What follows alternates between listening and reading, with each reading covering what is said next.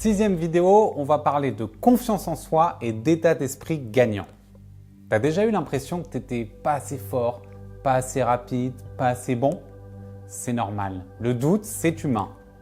Mais la vraie question, c'est comment certains arrivent à dégager une confiance en eux inébranlable et d'autres pas? Bonne nouvelle, la confiance en soi, ça se construit. Aujourd'hui, je te donne les clés pour avoir un mental de champion.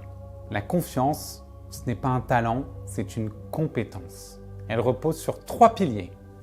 L'expérience, plus tu accumules d'entraînement et de courses, plus tu renforces ta confiance. Les petites victoires, focalise-toi sur ce que tu réussis déjà au lieu de regarder ce qui te manque. Et le dialogue intérieur, si tu passes ton temps à te dire « je suis nul », ton cerveau finira par le croire. Exemple concret avec Eliud Kipchoge.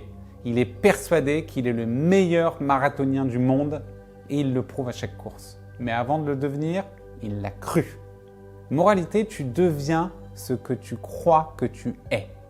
Notre cerveau nous joue souvent des tours avec des biais de négativité. Tu retiens toujours l'entraînement foiré, jamais ceux qui se sont bien passés. Les biais de comparaison, tu regardes les perfs des autres sur Strava et tu te dévalorises. Ou encore le biais de l'imposteur. « Oh, j'ai juste eu de la chance ». Non, tu as travaillé pour ça. Le truc, c'est de prendre conscience de ces biais et de les retourner en ta faveur. Quelques petits exercices. L'exercice du journal des victoires. Chaque jour, note 3 choses positives de ton entraînement. Même un simple « je me suis levé et j'y suis allé » compte. Deuxième exercice, le mantra personnel. Choisis une phrase qui te booste et répète-la en course. Par exemple, « je suis fort, je suis prêt ». L'exemple de Kilian Jornet, il utilise l'autosuggestion en course. Il se répète qu'il est en forme, même quand il souffre.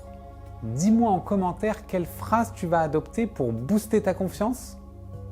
Abonne-toi parce que dans la 7e et prochaine vidéo, on va voir comment utiliser la préparation mentale, pas seulement pour la course, mais aussi dans ta vie pro et perso. À très vite!